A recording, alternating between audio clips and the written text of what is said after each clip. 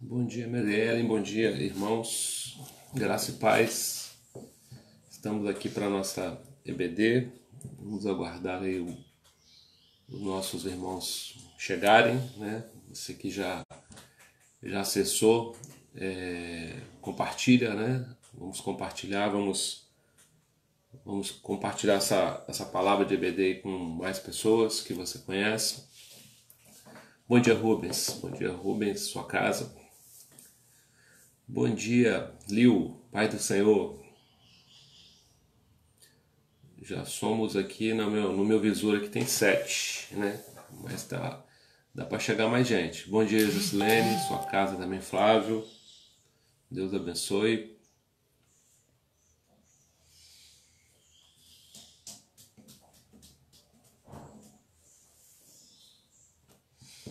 Graça e paz, Pastor Ricardo. Vamos compartilhando, irmãos. Temos um tema bastante interessante, né? Nós vamos voltar com a nossa revistinha, para quem não teve a oportunidade de estudar o Sermão do Monte. É essa revista aqui, né? Que nós vamos usar a partir de hoje. E ela é riquíssima, né, em conteúdo. Bom dia, Lara. Deus abençoe você, Leandro.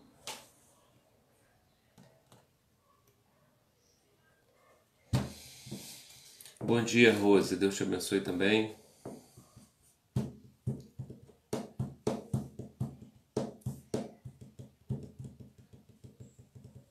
Bom dia, irmão Adelso. Deus abençoe você, Ceia. Então, irmãos, como eu estava falando, a gente vai recomeçar, né, a revistinha do Sermão do Monte, que é essa aqui. Para quem tem em casa e quiser acompanhar, né, a penúltima revista que nós usamos, né, acabamos, né, a mutualidade, antes foi João e antes foi o Sermão do Monte. Então a gente vai voltar aqui no Sermão do Monte e hoje a gente vai falar de Jesus. Bom dia, Everson, Deus abençoe você e Raquel. A gente vai falar sobre Jesus, o mestre por excelência. É uma lição introdutória, né, daquilo que nós vamos tratar, mas são temas assim muito interessantes, né? A gente vai falar, por exemplo, aqui, ó, vou lendo para vocês, para você ter uma ideia. O caráter do cristão, 1 e 2, a influência do cristão. Bom dia, Michele, Tiago, Pai do Senhor. A justiça do cristão, lição excelente. O ato de reconciliação do cristão, o casamento do cristão, palavra de honra do cristão, negação e afirmação na vida do cristão, a piedade do cristão, a oração que Deus atende, ambição do cristão, relacionamentos do cristão, um convite à oração, renúncia, escolha a vida para viver, o compromisso do cristão e quem é esse pregador, falando de Jesus também, né? Então são lições assim fantásticas, né? A gente vai falar um pouquinho hoje aqui do Sermão do Monte, mas eu acho que já está no horário para a gente orar, né? E começar aí a compartilhar com os nossos queridos irmãos aí. Se você puder, compartilha ainda. Vamos orar, né? Para a gente começar a nossa lição. Senhor, nós te louvamos, Senhor, nessa manhã. Te agradecemos, meu Deus, pelo teu cuidado conosco, por ter nos guardado, Senhor, nossas vidas e por ter nos dado a oportunidade de mais um amanhecer. Nós queremos pedir agora, Senhor, que o teu Espírito Santo venha nos ajudar, Senhor, nessa lição, venha ser o nosso mestre, venha ser aquele que vai nos ensinar, ó Deus, para que o nosso coração seja cheio nessa manhã, Pai. Abençoa desde já cada família, cada lar, cada pessoa que está ouvindo essa live, ó Pai, que ela seja bênção para todos nós, em nome de Jesus, amém. Amém, irmãos? Então a gente vai ler um texto para dar o contexto à nossa lição, que está em Mateus, capítulo 23, versículo 8, que diz assim, bom dia, Waze, Juliano, Deus abençoe.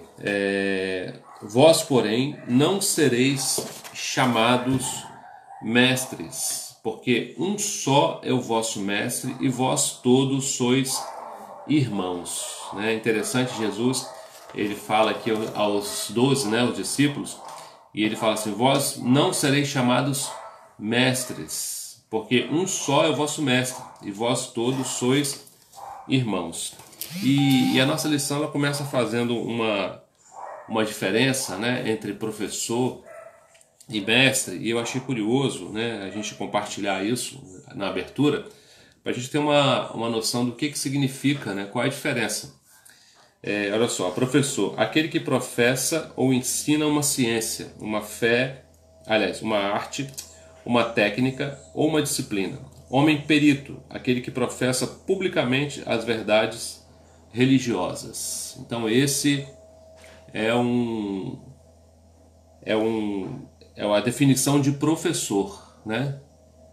Pai do Senhor, Carmen, Deus abençoe, verdade, né? É uma lição fantástica. A gente vai aprender mais um pouco nela, porque a palavra de Deus ela é viva. Então, professor é aquele que professa ou ensina uma ciência, uma arte, uma técnica ou uma disciplina. Homem perito, aquele que professa publicamente as verdades religiosas. E o mestre? Qual é a diferença, né? O mestre, homem superior e de muito saber, grande, extraordinário, que é o mais importante, que serve de base, de guia, básico, fundamental, diretor espiritual, mentor. Pai do Senhor, Rosana, então um mestre, né, ele tem um algo a mais. Quando a gente fala dos 5 ministérios, a gente fala de pastor, apóstolo, né, profeta, evangelista, e apóstolo, pastor, profeta, evangelista e mestre, isso. Quando você fala dos dons, né, a gente entende que é algo que nasce com... Bom dia, mãe. É algo que nasce com a pessoa, né, algo dado por Deus, é um talento especial. Mas o mestre, por excelência, né, ele busca esse conhecimele E Jesus tinha um diferencial, a gente vai ver aqui, em relação aos outros mestres da época, porque haviam muitos mestres, né, naquela época. Ele tinha um diferencial porque ele falava com autoridade, né? Ele não tinha estudado nas mesmas escolas do que aqueles mestres daquela época. A gente vai ver aqui que tem um diferencial, né? Sobre essa questão. E Jesus, mesmo assim, ele falava com profundidade, né? Aquilo que ele estava ensinando. Ele não podia ser contestado no seu ensino, né? O seu ensino ele era incontestável. Vamos ver aqui devagarinho sobre isso. Mas vamos começar aqui do começo, né? Diz Stott, é um teólogo, né, americano, diz assim, que esse é o livro, é a parte da Bíblia, né, dos textos mais lidos, Sermão do Monte, e o menos compreendido, e o menos praticado de todos os ensinos de Jesus. Na verdade, o Sermão do Monte ele é uma enciclopédia, né, ele é um manual do cristão. Todo cristão devia fazer um estudo profundo do Sermão do Monte, porque ele tem uma série de recomendações, de instruções, né, para nós sobre como deve ser a nossa vida cristã. Ao estudá-lo, precisamos aceitar os seus ensinamentos com o máximo de seriedade, pois ele contém os mais altos padrões, os maiores valores, as prioridades do cristianismo. Então, como se fosse, pastor, eu queria um manual básico assim de ser cristão. Onde está? Sermão do Monte, né?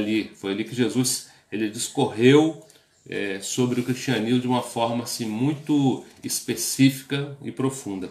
Encontramos nele tudo aquilo que Jesus desejava que seus discípulos fossem e fizessem, tudo aquilo que devemos ser e fazer. Então, se a gente conseguir praticar, né, essas lições do Sermão do Monte, a gente vai crescer espiritualmente um absurdo, né? Se você conseguir olhar esse sermão como um manual de vida cristã. Enquanto estudamos o Sermão do Monte, devemos ir além do seu ensino moral, ético e espiritual. Precisamos ir além do sermão.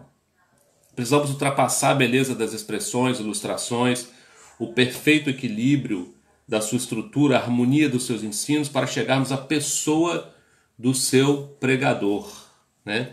O mestre por excelência. O valor e a autoridade desse sermão está no próprio mestre, né? Ele é mais importante que o seu próprio ensino. Então Jesus, né, como a gente fala do verbo vivo, né, o verbo que desceu do céu, que habitou entre nós, né, que se manifestou, nós vimos, como diz João, a graça. Então Jesus é a palavra viva, né? Ele é a palavra incorporada numa pessoa humana, né, que esteve entre nós, ensinou, e o ensino fluía dele o tempo todo, sem parar, e aqueles que tiveram ali aquela oportunidade, eles foram impactados, né, com esse dom, o jeito de Jesus ensinar o tempo todo. Jesus proferiu o Sermão do Monte no início do seu ministério público, logo após seu batismo e tentação. Então isso aqui é muito importante, né? Foi a primeira instrução. Eu falo muito da última instrução de Jesus, né? Quando ele vai embora, quando ele vai ser levado para o céu, ele fala do Ide, né? É o seu último sermão. Então eu digo o último sermão de um homem, né? Quando ele sabe que é o último, Jesus sabia, ele dá uma importância muito grande ao que ele vai falar, né? Como se cada um de nós tivesse a chance aí de antes de partir dessa vida aqui, falar para os nossos filhos, né? Ou aqueles que a gente ama, dar uma última instrução sobre vida. E a última instrução de Jesus foi o Ide, né? Mateus 28 lá, ele fala do Ide, então dando a importância que esse tema tem, né? Mas no Sermão do Monte é o inverso, né? É a primeira manifestação pública de Jesus depois do seu batismo. Ele só começou o ministério depois de batizado. Então aqui é a primeira manifestação pública, e a gente deve levar esse assunto muito a sério, porque aqui ele deu uma explanada, poderíamos dizer que ele falou daquilo que ele ia fazer durante 3 anos e meio, né? De tudo aquilo que ele ia praticar, ensinar, esmiuçar para os seus discípulos nesse sermão aqui especificamente. O evangelista Mateus introduz o sermão de uma forma singela. Vendo Jesus as multidões, subiu ao monte e, como se assentasse, aproximou-se os seus discípulos e passou a ensiná-los dizendo. É assim que começa o sermão do monte, né, lá em Mateus 5, versículo 1 e 2. Então ali Jesus discorreu sobre tudo o que ele achava importante, né, e deu instrução de tudo também que era importante. Hoje a gente vai falar muito do mestre, né, mas a gente vai falar durante todas essas lições sobre cada ponto específico do que Jesus discorreu, porque a gente tem falado isso direto, né? O Sermão do Monte ele dá origem a seminários, livros, né? O mais comentado, como a gente viu aqui, o mais falado, né? Há palavras aqui que são ditas o tempo todo. Quando a gente olha para a identidade de Jesus, né? A identidade é um conjunto de características que são próprias, exclusivas de uma pessoa, né? Então, quando você olha para uma pessoa, a identidade daquela pessoa, você consegue defini-la, né? As pessoas conseguem defini-la. Você fala de alguém falando das suas características e as pessoas logo reconhecem de quem você está falando. São características próprias. O mestre por excelência destaca-se por sua identidade, sem par, singular, incomparável, inconfundível. Então Jesus, ele era aquela pessoa que quando chegava nos lugares as pessoas queriam ouvi-lo, queriam estar perto dele. Olha só, sentado ali diante dos seus discípulos, da multidão, estava um homem ainda jovem. Jesus tinha 30 anos, né? Lucas capítulo 3, versículo 23. Ele tinha 30 anos quando começou o seu ministério. Se a gente olhar hoje, né, para os mestres, a gente olha para grandes pregadores, alguns eu admiro, né, igual o Hernandes Lopes, e outros aí, podendo falar do Nicodemos e outros mestres que a gente poderia citar aqui, são todos homens um pouco mais maduros, né? Homens mais velhos, com uma certa experiência. E no tempo de Jesus também não era diferente, né? Tinham muitos mestres do cabelinho branco lá que ensinavam, e a gente deve reverenciá-los, né, dessa forma. Mas Jesus era um garoto, né? Olhando desse ponto de vista, Jesus era um menino. Tudo bem que ele tem a primeira experiência lá, a gente sabe, com 12 anos. Outro dia foi a pastor Éder que falou do Jesus com 12, e ele pregou no templo lá, quando Maria e José o perderam, mas aqui ainda era muito jovem, né, para o padrão daquele tempo, para ter a quantidade de conhecimento que ele colocava para fora. Ó, nascido em Belém da Judéia, passou cerca de 30 anos na insignificante cidade de Nazaré. Então Jesus era alguém do interior, né? Ele era alguém que veio de uma cidade que não tinha grande importância no reino, né? Naquela época. Não tinha uma expressão, né? Na região da Galileia, onde Jesus exerceu o ofício de carpinteiro. Então era tudo muito simples, né? Jesus passou 30 anos aí, vamos dizer, na obscuridade, na Galileia, Nazaré, exercendo o ofício de carpinteiro. Esse homem não esteve, né, como Paulo, sentado aos pés de Gamaliel. Então Paulo era um grande mestre também, né? A Bíblia fala disso mais para frente, né? Paulo inclusive é o responsável pela maioria das cartas hoje na Bíblia, né? A maioria ali, Romanos, Coríntios, Efésios, Gálatas, Colossenses, Tessalonicenses, tudo escrito de Paulo. E ele era um mestre também, mas ele esteve aos pés de Gamaliel, ele cita isso, né? Paulo teve acesso ao melhor da sua época, né? Cidadão romano, ele tinha uma situação econômica, política, social muito melhor que a de Jesus, né? Jesus era um simples carpinteiro que nasceu numa cidade pequenininha, sem expressão. Paulo não. Paulo ele tinha muito mais condição de buscar esse ensino que Jesus. Não se tem conhecimento de que ele tenha frequentado escola ou tenha escrito alguma coisa. Não era escriba nem fariseu. Tudo indicava tratar-se de uma pessoa simples e comum, né? Jesus, então, dessa forma. Mas esse homem simples, essa pessoa comum, esse homem que nada escreveu, assentou-se e começou a ensinar, né? Jesus, desde o nascimento, Lara, sempre com simplicidade, né? Filho de carpinteiro. Era uma profissão, vamos dizer assim, muito honrada, né? E muito requisitada naquela época. Então tinha uma certa, vamos dizer assim, poderia se falar que era uma classe média boa, né? Mas não tinha comparação com Paulo, né? Por exemplo, que a gente usou aqui, e outros, né? Então Jesus, ele vem de um berço com muita simplicidade.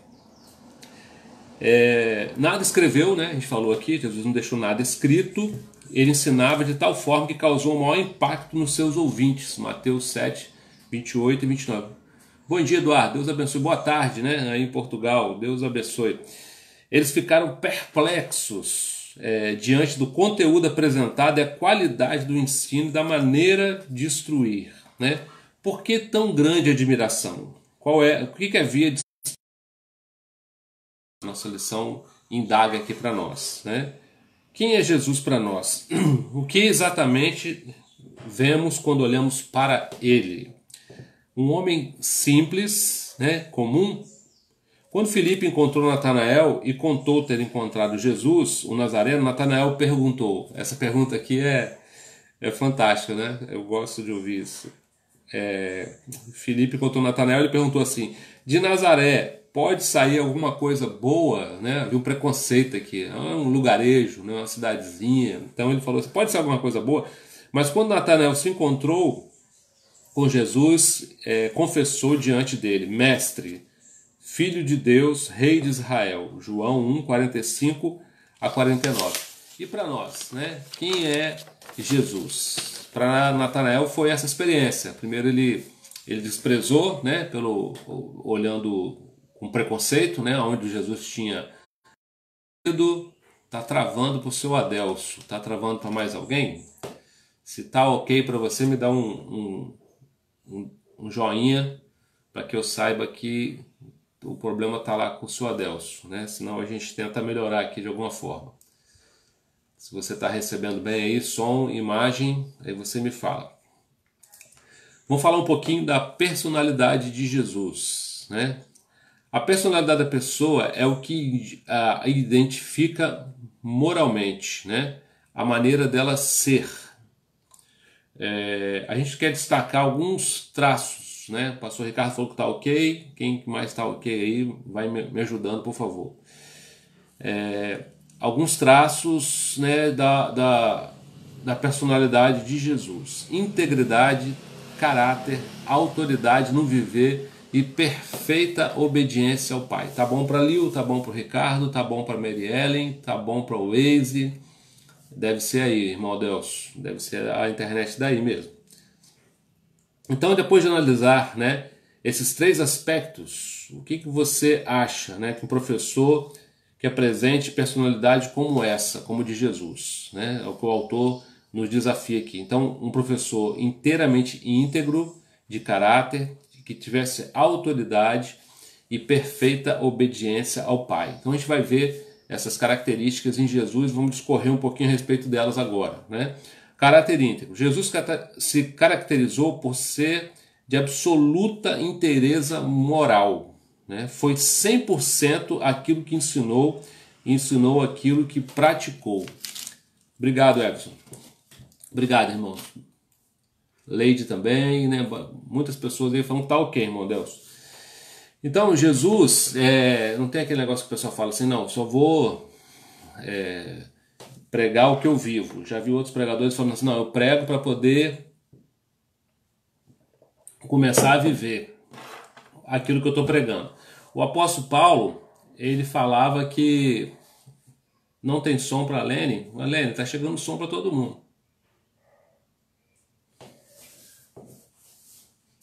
Amém. Né? Eu acho que deve ser um problema local, né? Porque a maioria tá bom. Então, Jesus, ele pregava, né? Ele praticava tudo que ele pregava. Então, alguns pregadores já vi falar assim, não, você só pode pregar o que você pratica.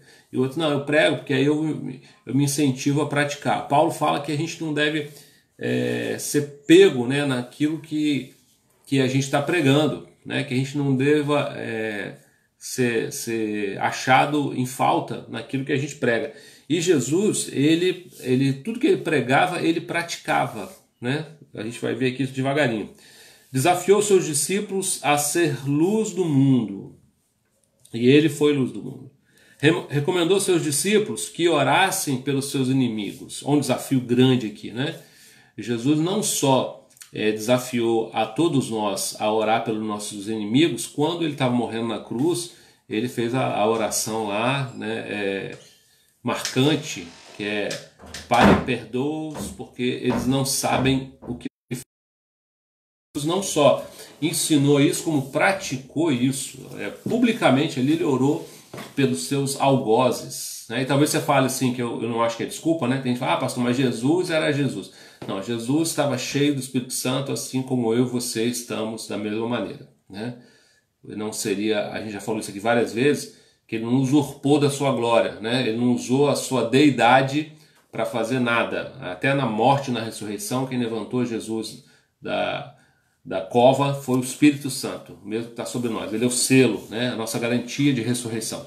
Então Jesus nunca usou nenhum atributo divino para exercer o seu ministério. Seria desleal, né? Ele não ia fazer isso. Então Jesus, ele tudo que ele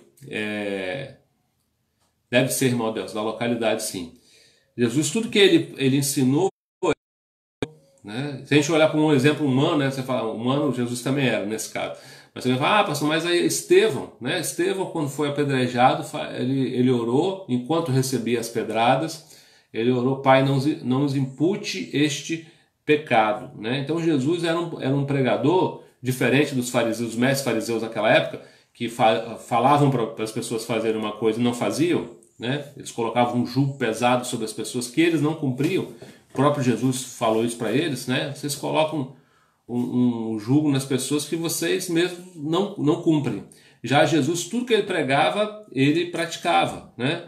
Ele orou por aqueles que o perseguiam, ensinou seus discípulos a falar a verdade, e ele foi a encarnação da verdade em tudo, né? Até quando Jesus vai ser preso no monte lá, que os soldados chegam, vocês procuram quem? Falam, procuro Jesus. Ele falou, eu sou. E aí cai todo mundo pelo chão.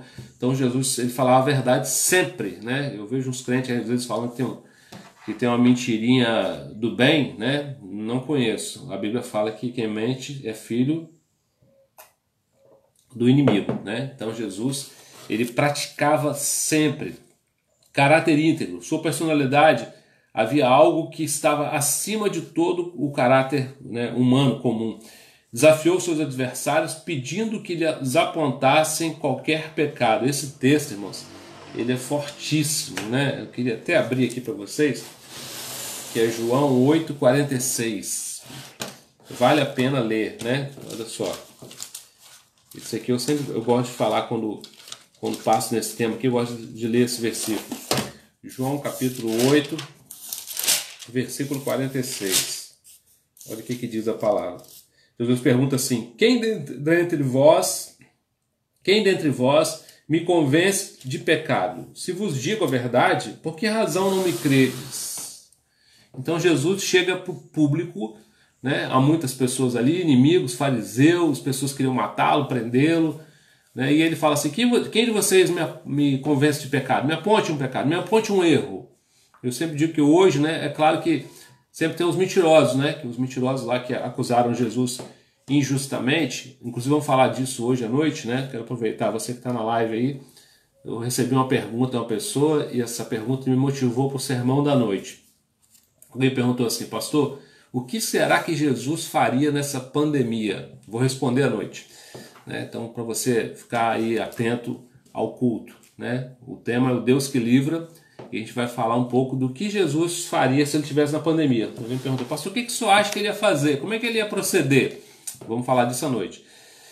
Então, Jesus ele desafiou todas aquelas pessoas ali, né, sobre se havia algum pecado. Eu costumo dizer que se nós fizéssemos isso, né, imagina, perguntar na sua família assim: quem me acusa? Já vai ter acusação.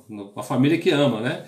Com os irmãos, na rua, em qualquer parte. Vai ter. Jesus fez isso, né? Ele provocou as pessoas sobre isso. E perguntou. Ele foi a encarnação da verdade. Jesus foi de um caráter tão íntegro, né, que eu falei aqui, que sua personalidade havia algo que acima do caráter humano comum.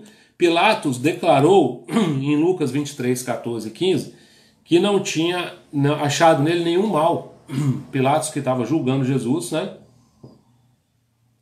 Ele falou: não vejo nada de errado nesse homem, não vejo pecado, não vejo motivo. Tanto que ele lava as mãos, né? Ele fala: esse sangue não vai ser sobre a minha cabeça, como se a omissão não fosse responsabilizá-lo. Mas ele declara, né, que ele não achou nada de errado em Jesus. Quando falamos do Mestre, estamos diante de uma beleza moral perfeita, né? Jesus apresentou uma lei perfeita para que andemos nela. E a gente vai falar disso aí nas próximas lições, né? Que pastor, é possível cumprir a lei? Claro que é, né? O problema é você entender qual lei. Jesus fez uma reinterpretação do Sermão do Monte, das leis, né, dos fariseus. A gente vai falar disso aqui. O seu entendimento, né? O meu entendimento quando estudei isso aqui mudou de algumas coisas, né? A gente está sempre aprendendo e eu convido você a não perder essas aulas para que você também tenha a oportunidade aí de meditar e pensar sobre alguns conceitos que a gente tem firmes, né? E alguns que vieram lá dos fariseus, que não representavam a verdade, né? Quando você pega assim e olha algumas coisas, a gente fica chocado até como Jesus traz uma luz nova, né? Não que aquilo ali mudou, a Bíblia não muda, né? A profecia foi encerrada lá no Apocalipse, mas ele te dá clareza de coisas que você não tinha visto ainda. Então Jesus tinha esse tipo de caráter. A autoridade, né? É engraçado que Jesus, a questão da autoridade, eu acho que tem uma coisa que eu acho curiosa. Os mestres daquele tempo costumavam citar outros mestres, né? Como hoje, né? Hoje a gente faz isso às vezes normalmente. Eu falo assim: segundo o Hernán Dias Lopes, por exemplo, né? Ou segundo Nicodemos, ou segundo, sei lá, Malafaia, segundo Derek Prince, e a gente vai escolhendo aí teólogos para nos firmar, ou uns falam Aristóteles, Sócrates, né? Os filósofos aí.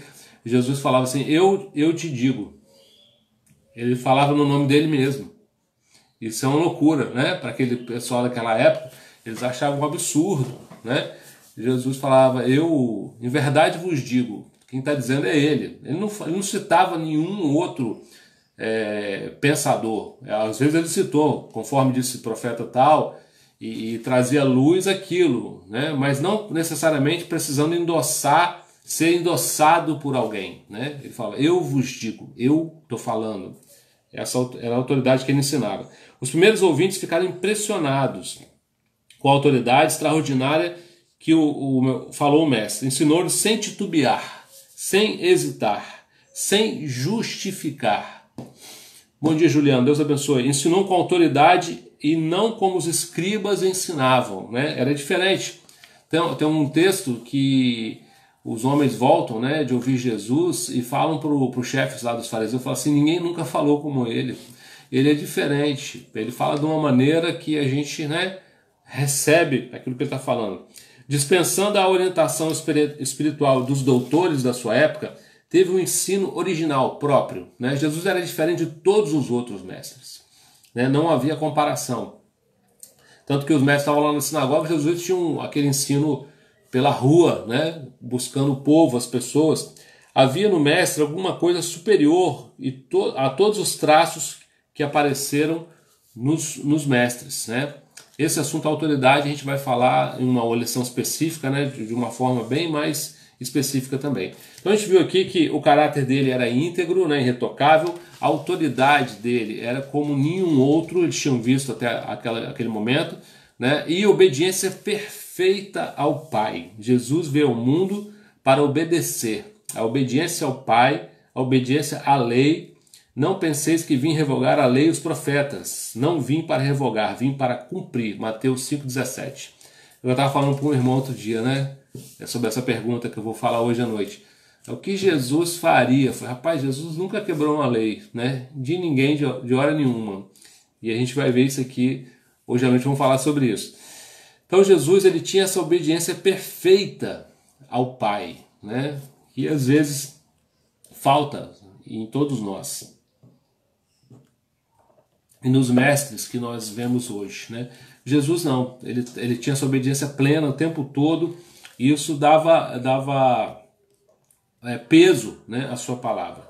O objetivo supremo da sua vida foi fazer a vontade do Pai. Nunca buscou sua própria vontade. João 4,34, 5,30, Mateus 7,21 e 26, né? Mateus 26, 39 e 42, são textos que falam desse objetivo de vida de Jesus. E teria que ser o de todos nós, né? Qual é o objetivo da sua vida? Obedecer o Pai. Já pensou? A gente colocar isso como aquele livrinho, né? Aquele romance, Em Seus Passos, o que faria Jesus? Às vezes a gente fica procurando tanta coisa, né? Qual é o meu ministério? O que Deus quer de mim? O que Ele quer que eu faça? E precisa ser a nossa vida pautada como foi de Jesus, né? O objetivo supremo dele, fazer a vontade do Pai. Ele fala, vários lugares ele manifesta isso, quando os discípulos vêm trazer comida para ele. Ele fala, minha comida, minha bebida é fazer a vontade do meu Pai, que me enviou. Até lá no Getsemane, né, quando ele manifesta ali que ele passa de mim esse cálice, mas contudo seja feita a tua vontade, né, eu creio mais que no ponto de vista pedagógico, né, querendo nos ensinar algo, mostrar para nós como proceder. Então Jesus, ele ensinou que a conduta de seus discípulos deve ser assim. Nem todo que diz Senhor, Senhor, eu gosto dessa palavra também, irmão, Mateus 7,21, entrará no reino dos céus, mas aquele que faz a vontade do meu Pai que está nos céus. Hoje é um tempo desse, né? A gente está vivendo um tempo aí de prova, estamos sendo provados, e aí a gente vê pessoas quebrando princípios, né? Quebrando regras. E hoje, né, irmão, mais que tudo, eu estava vendo, à noite eu vou falar disso também, o número de cristãos, né, 66 milhões de evangélicos no Brasil. 1/3 praticamente aí da população brasileira evangélica hoje. E a mudança no país, na postura, né, no respeito, não está acontecendo. Então, nem todo que diz Senhor, Senhor entrará no reino do céu, mas aquele que faz a vontade do meu Pai. Isso é um motivo de reflexão para nós, né? Jesus, ele tinha esse como objetivo supremo, né? Alvo número 1 dele, fazer a vontade do Pai. E ensinou os discípulos a viver da mesma forma. Aqueles homens foram tão impactados com o ensino de Jesus que fizeram isso, né? Todos eles foram assassinados pelo Evangelho, com exceção de João. Todos morreram por aquilo que eles criam, pregaram até o último dia das suas vidas, né? Mudou completamente. Pedro deixou lá os barcos, deixou tudo e foi fazer a vontade do Pai, e não pararam, né? O apóstolo Paulo abriu mão de tudo que ele tinha e feliz, né? Quando ele fala que aquilo tudo que ele tinha ele reputou como esterco, né? Como coisa sem valor, para ganhar Cristo. Então esses homens colocaram no coração a mesma coisa, fazer a vontade do Pai. A gente às vezes passa aqui, né, irmãos? A gente vai passando os anos, ficando velho aí. Não que eu esteja velho, né? Mas a gente vai envelhecendo e a gente vai observando nossos objetivos de vida. O que a gente quer, para onde que a gente vai, o que nós estamos fazendo. Sábado agora, né? A gente perdeu um pastor aí, amigo, o pastor Birajara Crespo, e eu fiquei observando, né? No sábado de manhã ele postou uma live e ainda de manhã ele faleceu do infarto. Então esse homem acordou, tomou café no sábado, ontem, né? Acordou, tomou café, fez a live e morreu. Loucura, né? A gente não sabe a hora, a gente não sabe o dia. O homem que serviu a Deus a vida dele toda, graças a Deus, né? Mas ele fez uma live, ele acordou sábado, tomou café sábado, não adormeceu, né? Adormeceu de uma vez, foi para o Senhor. Mas faz a gente refletir, né, sobre o que a gente está fazendo da nossa vida. Será que o nosso objetivo é fazer a vontade do Pai em tudo, né, como era de Jesus? Pastor, mas Jesus era diferente. Não, Jesus é o modelo, né? Ele é o primogênito, ele é o primeiro. Nós devemos ser os outros, né, irmãos também, da mesma linhagem, com o mesmo objetivo, fazer a vontade do Pai. O que o Pai quer para mim? É igual quando eu falo com o pessoal que vai buscar assim, aquele objetivo financeiro, né, em algum lugar, faço isso ou aquilo. Eu falo, rapaz, faz a vontade do Pai. O que o Pai quer para você? Seu objetivo não é, né, exercer a sua profissão. Esse é o segundo motivo da sua vida, talvez, aí, ou casar, ou ter filho, ou qualquer coisa. Qualquer outro plano, ele é secundário em relação ao primeiro, que é fazer a vontade do Pai. E Jesus viveu isso o tempo todo, a vida dele toda. Depois que ele começou o ministério, foi até o final, né? Apropriadamente, Jesus concluiu o Sermão do Monte apresentando a parábola dos dois construtores e dos dois fundamentos, Mateus 7, 24 e 27. Então ele fala que um construiu sobre a rocha e o outro construiu sobre a areia. E aí quando veio a calamidade, nós estamos vendo isso agora, né, irmãos? Eu tenho falado com muitos colegas pastores, você que está aí me ouvindo na EBD, você é um privilegiado. Por quê? A igreja que investiu em ensino, né, em dar estrutura, base, né, base de palavra aos seus membros, né, ela está mais estruturada para a pandemia. O pessoal que está acostumado, né, só aos moveres, né, sem palavra, sem estrutura forte, firme, eles estão sentindo mais. Por quê? Porque precisa do culto sensorial, né, o toque, né, é claro que a comunhão faz falta, o abraço, o calor humano, né, até um princípio de mutualidade, vivermos juntos e exercermos, né, o nosso cristianismo, nós precisamos uns dos outros. Mas tem gente que por falta dessa base, né, de saber, de identidade, de saber quem são, né, eles estão sentindo muito mais. Então a gente precisa, né, estar firmado na rocha. E é mais do que... o que é estar firmado na rocha, na palavra? Está firmado em Cristo, é nos princípios que ele ensinou, né? É na base que ele ensinou. Então, à noite eu quero falar disso, estou adiantando o sermão, né? A gente quer falar um pouco disso, né? Por que se Jesus está no controle de tudo, ele está, Deus está no controle do que nós estamos passando agora, ele tem um objetivo para nós com isso tudo. Qual é ele? Eu preciso entender esse objetivo, né? Não adianta eu murmurar, gritar, espernear, igual o povo do deserto, né? Eles estavam no deserto. Mas ali tinha tudo, né? Deus provia a eles tudo que era necessário. Então a gente precisa entender isso. E o nosso alvo é fazer a vontade do Pai. Quando, pastor? Na bonança, né? Tudo posso naquele que me fortalece. Lindo versículo. Mas ele precisa ser aplicado, né? Paulo falou, eu posso passar necessidade, posso ser abastado, posso ter pouco, posso ter muito. Então, há um alvo, há um objetivo, e esse objetivo é fazer a vontade do Pai, seja em qualquer situação. né? Inclusive nessa que nós estamos passando. Façamos do padrão de Jesus o nosso padrão de vida, né? Falemos da palavra com autoridade, tenhamos caráter íntegro, amemos mais, amemos mesmo quando não esperamos receber amor, né? Aquela coisa que o melhor é dar. Façamos o bem sem esperar recompensa, tenhamos o objetivo supremo na nossa vida de fazer a vontade do Pai. São desafios que a lição coloca para nós. Quero falar um pouco da metodologia, né? Vou olhar o tempo aqui, irmãos. Ainda temos tempo, né? A pedagogia de Jesus. Qual era a pedagogia? A pedagogia é a prática do ensino. De que maneira ele ensinava? Diferente um pouco dos outros, né? Há professores que não têm tempo de conhecer os seus alunos. Acontece muito, né, no ensino comum secular. E por isso cometem um erro grosseiro que é o quê? Julgam uns pelos outros.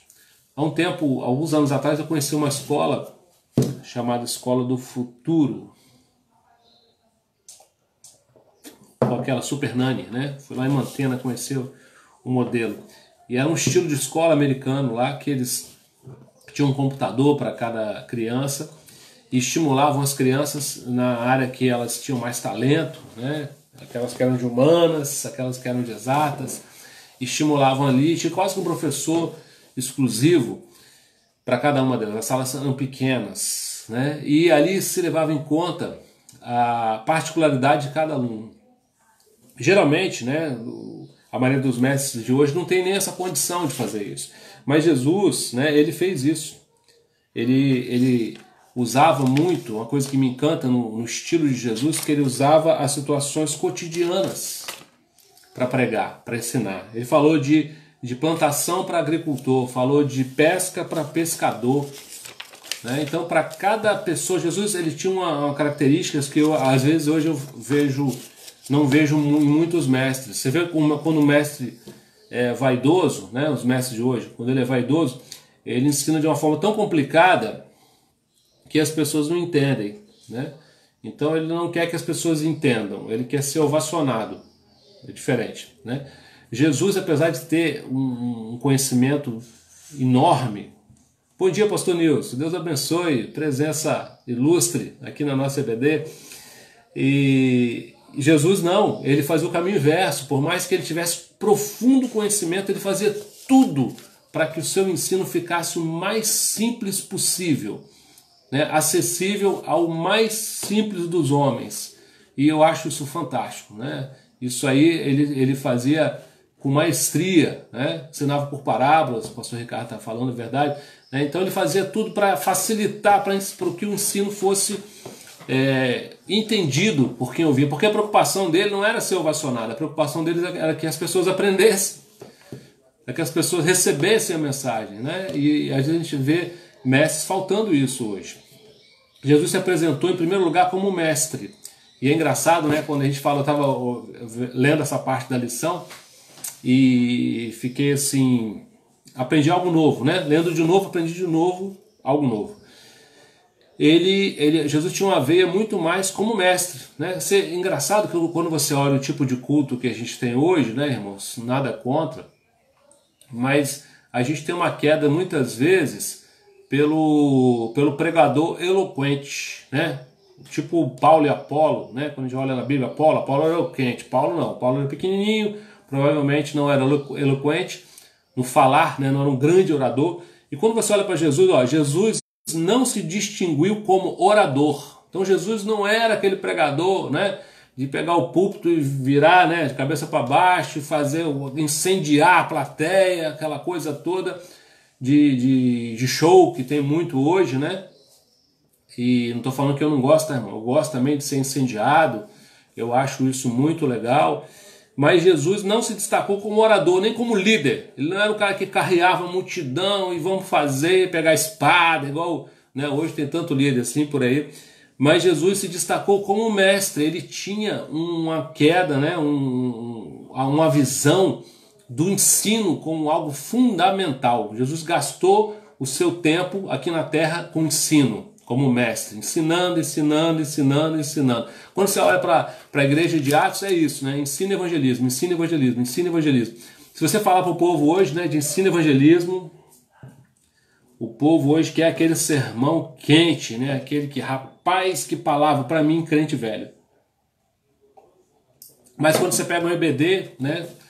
Como essa manhã aqui nós estamos fazendo, o acesso não é tão grande. Agora, se você pega um culto emocional, mais levado para o lado da alma, né? Aquele motivacional forte, é o que as pessoas estão querendo ouvir. Sem criticar, né, irmãos? Com muita graça. Hoje o pessoal espalha notícia boa. Beleza, ótimo, nós temos que espalhar mesmo. Inclusive o evangelho são boas notícias, boas novas. Mas eu fico imaginando quando Ágabo foi profetizar para Israel assim, ó, haverá fome. Não foi uma notícia boa. Quando Paulo recebeu a profecia assim, o que te espera na próxima cidade é cadeia e pancada. Não foi uma profecia boa.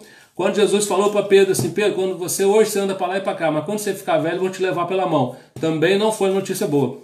E foram notícias dadas, né, àqueles homens. Foram entregues a eles.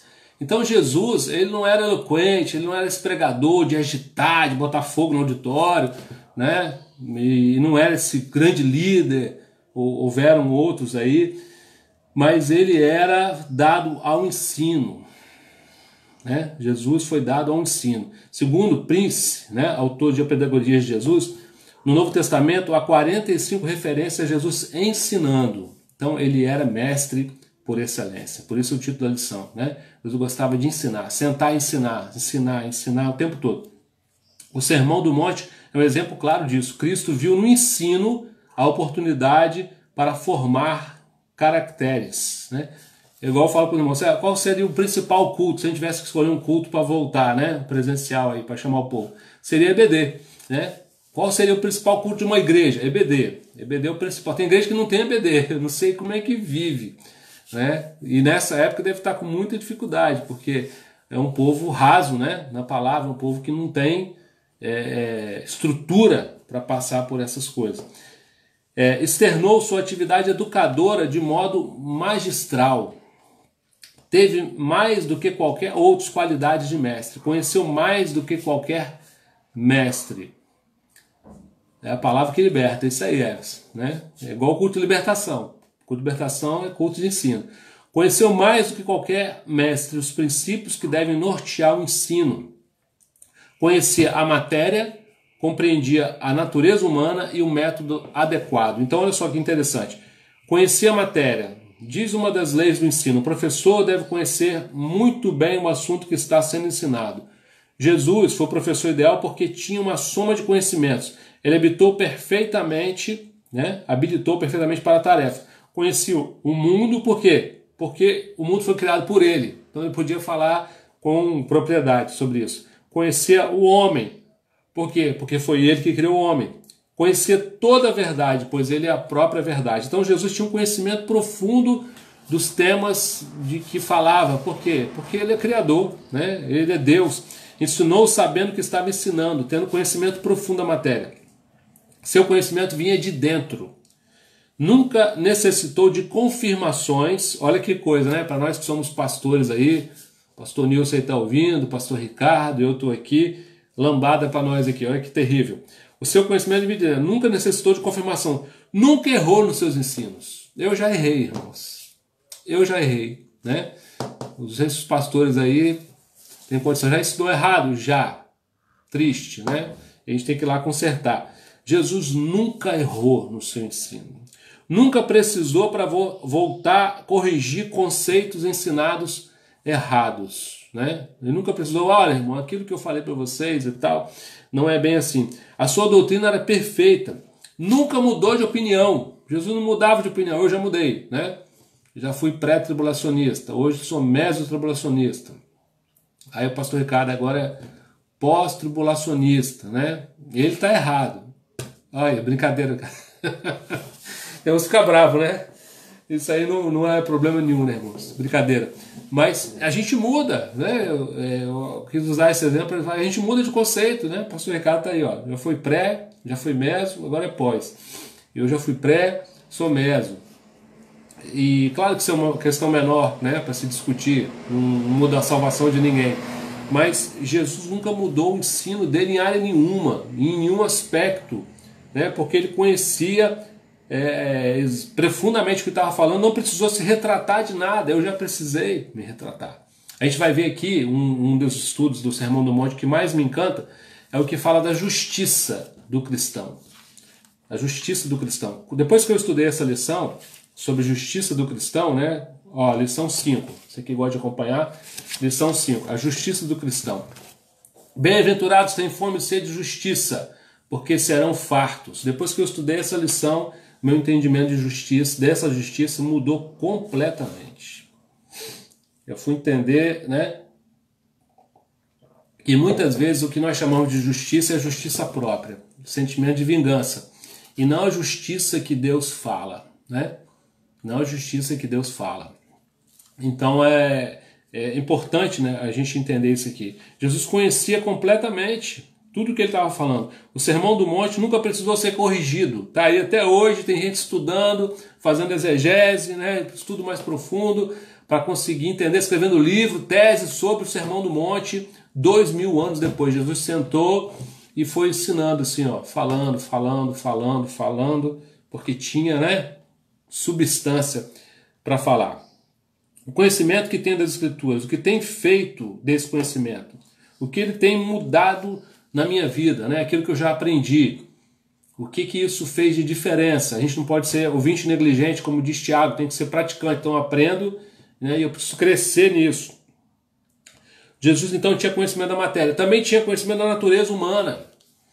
Hoje eu tenho feito um curso aí para me auxiliar, né? Nada substitui o evangelho, a gente sabe que a palavra é o principal de tudo, mas eu estou aí quase formando em psicanalista. E ele é muito interessante, esse conhecimento é interessante porque faz você entender a alma humana, né? O psique, o porquê que nós agimos de certas formas, e isso contribui, né, para o nosso ministério. É uma ferramenta importante, né, para entender as necessidades humanas. Jesus tinha esse conhecimento completo, né? O pessoal fala, Jesus filosofou, né, várias vezes. Aliás, ele gostava de usar esse método, né, filosófico de pergunta, ensinar com pergunta. Ele fazia muito isso, né? As perguntas são mais importantes que as respostas, né? Tem uns filósofos aí me ouvindo. Então Jesus, ele, além de ter conhecimento da matéria, né, o mundo e tal, ele conhecia a natureza humana. O professor precisa conhecer os seus alunos. Olha só que coisa interessante tem aqui. Jesus conhecia o íntimo dos seus ouvintes. Ele captava o pensamento das pessoas antes que eles fossem revelados. Jesus dava resposta satisfatória. Então, quando os discípulos discutem, por exemplo, quem é o primeiro e quem é o último, Jesus fica perguntando, né? Quando ele vai lavar os pés, Pedro fala, não, Senhor, não lava. E ele vai, ele conversa. Quando ele avisa a Pedro que Pedro ia trair, né? Que Pedro ia negá-lo 3 vezes, Jesus trabalha o coração do Pedro para a decepção que o próprio Pedro ia ter, né? Então Jesus era um psicólogo sem precisar ir na faculdade de psicologia, conhecia o humano, né?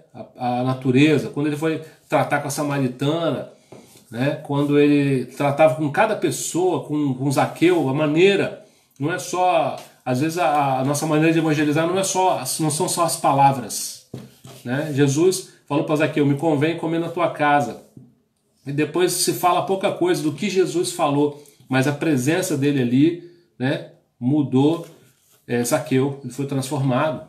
Então Jesus conhecia essa natureza humana com profundidade, a gente precisa para ensinar, por isso que o amor é fundamental, né? O amor, como está lá em Coríntios, é fundamental, porque se eu não amar o meu discípulo, não conhecer as suas necessidades, características, como é que ele é, porque ele é diferente, né? Um é diferente do outro.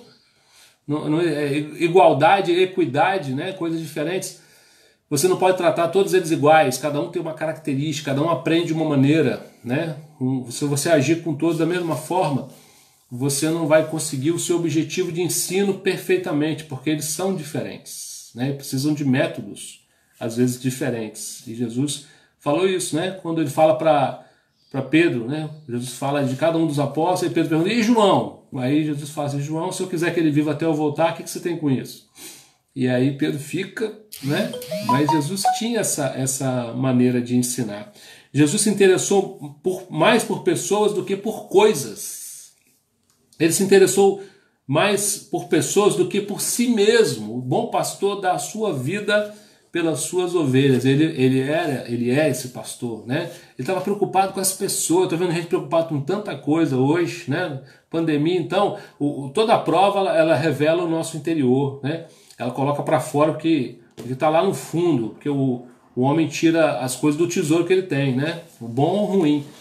Então, na pressão, os homens são revelados, né? Na pressão, nós somos revelados a nós mesmos, na verdade. A gente olha para a gente e às vezes até se assusta, se surpreende.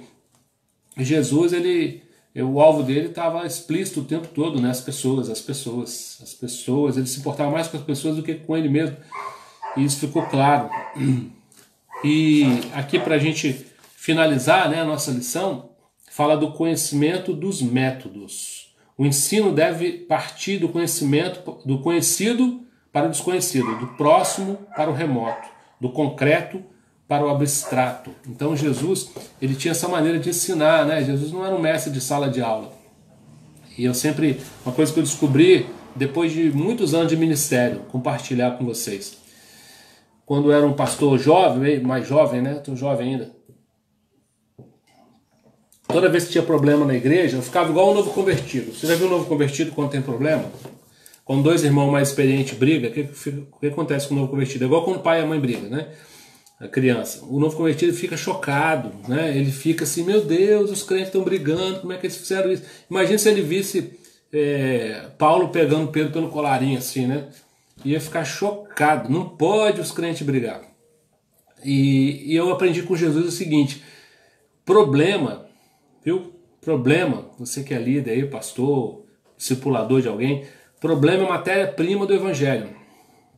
Jesus trabalhou com, toda vez que aparecia um problema, ele dava uma lição no problema. Quem quer ser o primeiro, quem quer ser o último, né? Senhor, só quer que a gente taca fogo do céu e mata todo mundo? Ele falou, rapaz, de que espírito vocês são? Vocês não entenderam? Eu vim buscar e salvar, não vim matar, vim buscar. Então ele usava sempre a dificuldade, o problema como matéria-prima. Então a gente que é líder, discipulador, pastor, quando tiver um problema, aproveita, é uma lição. É uma oportunidade de ensino. Todo problema, antigamente eu via um problema e ficava chateado. Eu falava, problema de novo, misericórdia, tem que resolver. Hoje não, eu falo, rapaz, olha, o que eu vou ensinar aqui? Qual o princípio que Deus quer que eu ministre aqui para essas pessoas, para que elas entendam? Então é uma lição. Jesus usava muito isso, muito, o tempo todo. Ele sabia o que estava no coração, né? Ele fala que ele entendendo aquilo que estava no coração, respondia. Igual a passagem do jovem rico, né? Senhor, o que eu devo fazer para ganhar a vida eterna? Jesus já sabia que ali o cara estava armando, né? E aí ele vai, né? Faz isso e aquilo, tudo isso eu tenho feito. É mesmo? Tá bom, então vai lá, vende tudo. Aí deu choque, né? Porque Jesus foi no âmago do problema dele, que era a avareza.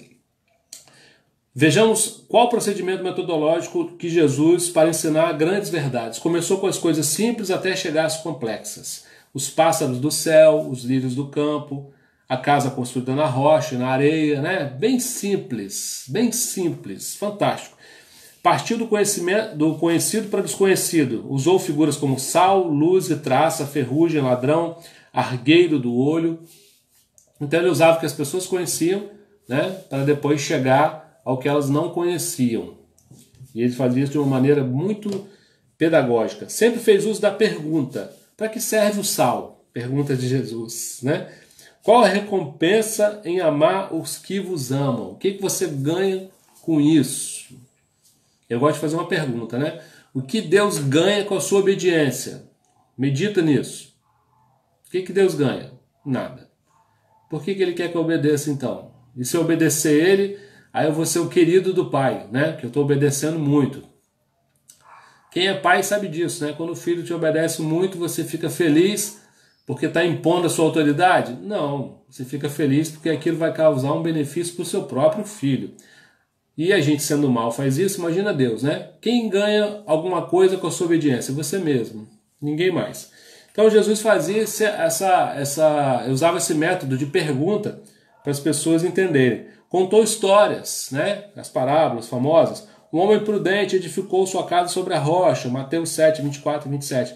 Conversou, Jesus era democrático, né? Deixava as pessoas falarem, opinarem, discordarem, para poder remexer o que estava dentro delas e poder chegar num ensino que desse resultado. Então ele conversou, discutiu, dramatizou, ilustrou, planejou, aplicou. Suas lições tinham começo, meio e fim, né? Jesus continua sendo o mestre por excelência. Não é o que se escuta, mas com quem se estuda o que importa. É igual quando a gente fala para o crente, né? Procura a igreja mais bíblica perto da sua casa, né? Então não é a mais próxima, é a mais bíblica. Então não é quem ensina, aliás, não é o que se ensina muitas vezes, é quem está ensinando. Que privilégio extraordinário é o nosso. Estudamos com o mestre divino e ele sabe tudo sobre o céu. Por que dar atenção ao Sermão do Monte? Por que estudá-lo durante 4 meses? Por que colocar em prática os seus ensinamentos? São perguntas da nossa lição. A resposta é uma só, pela pessoa do mestre. Então, sendo Jesus o mestre, né, isso deve motivar todos nós a ouvir esse primeiro sermão dele, do seu início de ministério, porque aqui tem muita riqueza, né, para a gente aprender. O Sermão do Monte é autêntico,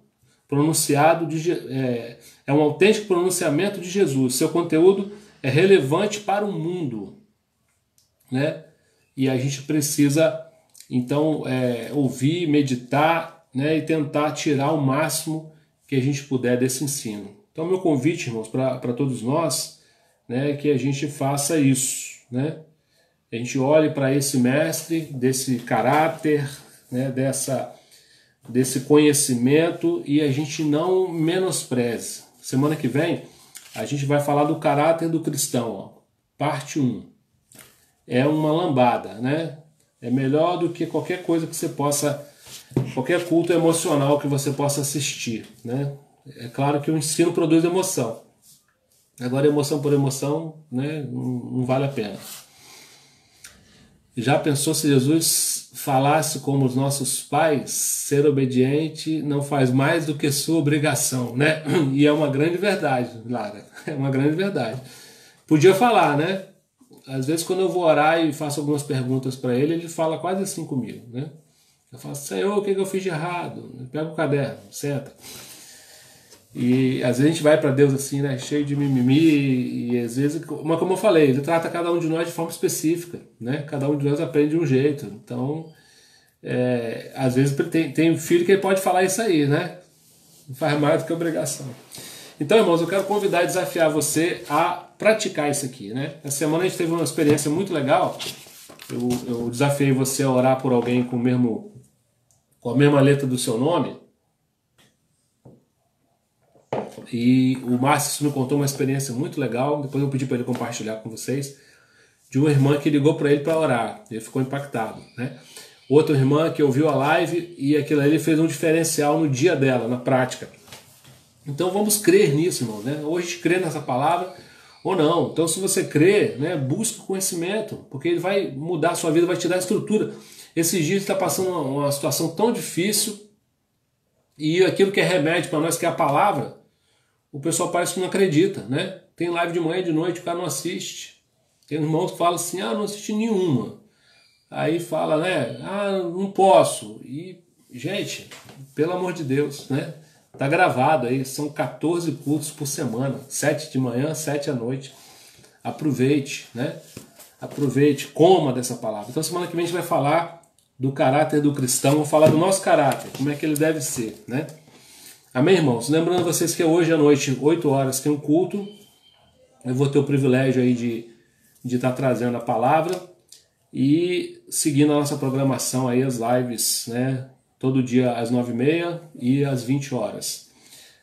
Lembrando aos irmãos, ontem o Rubens, o Paulo estavam na igreja. Se você quiser levar sua oferta, sua doação de alimento, né? Eles estão lá de vez em quando, é só você falar antes no zap e procurar. E eu queria orar, irmãos, hoje, Deus tocou meu coração, assim, para orar pelos nossos dizimistas, né? Orar para que Deus abra portas para você que está precisando dessa porta aberta. Lembrando que esse é o ano da fidelidade, né? Mantenha-se fiel, busque aí o tesoureiro da sua igreja para fazer a sua oferta, entregar o seu dízimo. Esse mês de junho. A nossa igreja tem aí o IPTU da igreja. A gente não paga IPTU, mas paga a taxa de lixo. Só a taxa de lixo da fonte ali, bairro Nobre, né? Só a taxa de lixo dá R$1.000. Então que a gente possa... Deus abençoe, pastor Nilson. Que a gente... Ei, Patrícia, Deus abençoe. Bom ver você aqui.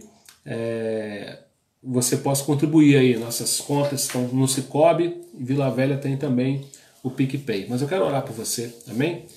Senhor, em nome de Jesus, eu quero te louvar, Deus, por cada pessoa que ouviu, Senhor, esse ensino, essa aula, e que ela possa fazer diferença nas nossas vidas, Senhor, que nós sejamos motivados, Senhor, que nós possamos dizer, como está na Tua palavra, lâmpada para os nossos pés é a Tua palavra, que haja sede no nosso coração de aprender do Senhor sempre. Pai, eu quero pedir a Tua bênção sobre a Tua igreja nesse domingo, quero pedir, Senhor, a Tua bênção sobre os dizimistas, ofertantes, aqueles que têm, ó Deus, dado estrutura à Tua igreja, Senhor, que eles possam ser abençoados, Senhor, por isso, e aqueles que não tiveram essa oportunidade ainda, Senhor, aqueles que precisam de uma porta aberta, que o Senhor abençoe, Deus, que o Senhor derrame graça, porque o Senhor é Deus de milagre, o Senhor não precisa de circunstância para nos abençoar. Nós cremos nisso, Senhor, por isso abençoamos a Tua igreja. Deus seja conosco no restante desse dia, Deus, e que à noite, Senhor, nós possamos estar juntos, Senhor, para adorar o Teu nome, para ouvir do Senhor, e que o Senhor nos abençoe, Pai. Em nome de Jesus, amém. Forte abraço, pastor Nilson também. Deus abençoe Jéssica. Deus abençoe, irmãos. Compartilhe essa live, né, com seus amigos, para que eles possam receber, né? E como eu falei, hoje é uma lição introdutória, né? As outras lições vão ficando cada vez melhores, né? São lições que vão fazer muita diferença na sua vida. Amém? Deus abençoe. Até a noite. Vamos ouvir o Deus que livra, o que Jesus faria na pandemia, né? Convide seus amigos para ouvir também. Amém? Deus abençoe e fiquem com Deus.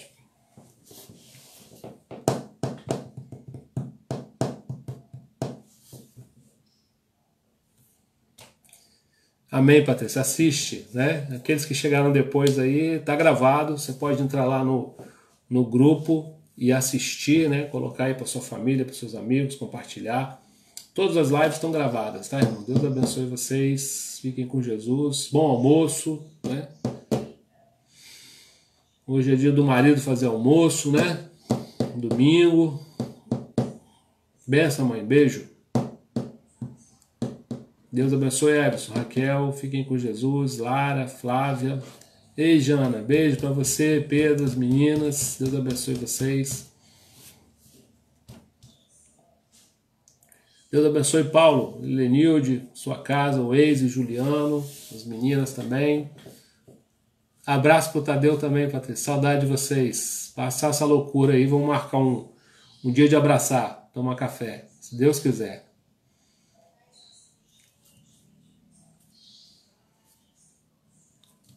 Pai do Senhor, irmão, Deus abençoe.